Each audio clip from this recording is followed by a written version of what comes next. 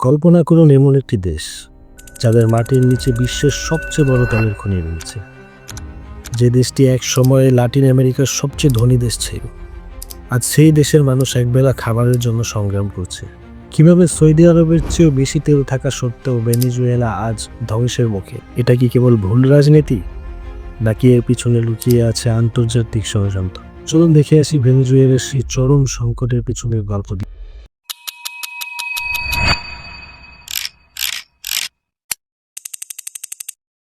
1970-এর দশকে ভেনেজুয়েলা ছিল ল্যাটিন আমেরিকার প্যারিস।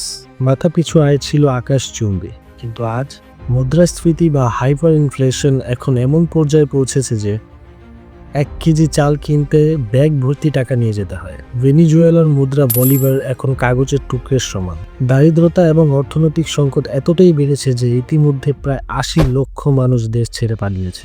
1999 সালে ক্ষমতায় আসেন হুগো শেভেজ। তিনি 21 শতকের সমাজতন্ত্র ঘোষণা করেন। শেভেজ তেলের টাকায় শিক্ষা ও স্বাস্থ্যে প্রচুর ভর্তুকি দেয়। এটি শুনতে ভালো মনে হলেও দেশের অন্য সব শিল্প যেমন কৃষি ও ম্যানুফ্যাকচারিং বন্ধ হয়ে যায়। দেশ সব কিছুর জন্য আমদানির উপর নির্ভরশীল হয়ে পড়ে। সরকারি প্রতিষ্ঠানগুলোতে নিজের অনুগত অদক্ষ লোকদের বসানো হয়, যার ফলে রাষ্ট্রীয় তেল কোম্পানি PDVSA তার উৎপাদন ক্ষমতা হারায়। সাল 2013, শেভেজের মৃত্যুর পর ক্ষমতায় আসেন নিকোলাস মাদুরো। ঠিক সেই সময় আন্তর্জাতিক বাজারে তেলের দাম হু হু করে পড়ে যায়। তেলের দাম কমতেই ভেনেজুয়েলার অর্থনীতি তাসের মতো ভেঙে পড়ে। সরকার দেউলিয়া হয়ে যায়, কিন্তু মাদুরি ভর্তুকি কমানোর বদলে দেদারসে টাকা ছাপানো শুরু করে।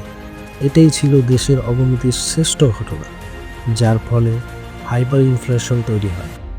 মাদুরো এটা ভাবেনি যে টাকা উৎপাদন করলেই দেশের অর্থনীতি ঠিক হয়ে যাবে না, বরং এর ফলে আরও নানা রকম ক্ষতির মধ্যে পড়বে দেশ।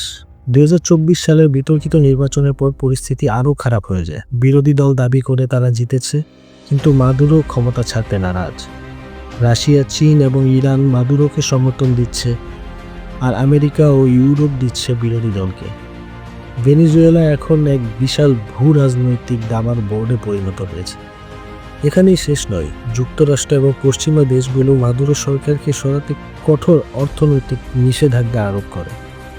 যুক্তরাষ্ট্রের দাবি মাদুরো একজন একনায়ক এবং নির্বাচনে কারচুপি করেছেন। অন্যদিকে মাদুরো দাবি আমেরিকা তাদের তেল সম্পদ দখল করার জন্য এই অর্থনৈতিক যুদ্ধ চালাচ্ছে। ভেনেজুয়েলার এই সংকট কেবল একটি দেশের পতন নয়, এটি একটি সতর্কবার্তা। প্রাকৃতিক সম্পদ থাকলেই দেশ ধনী হবে তা নয়, যদি না সঠিক শাসন ব্যবস্থা ও দূরদর্শী নেতৃত্ব থাকে।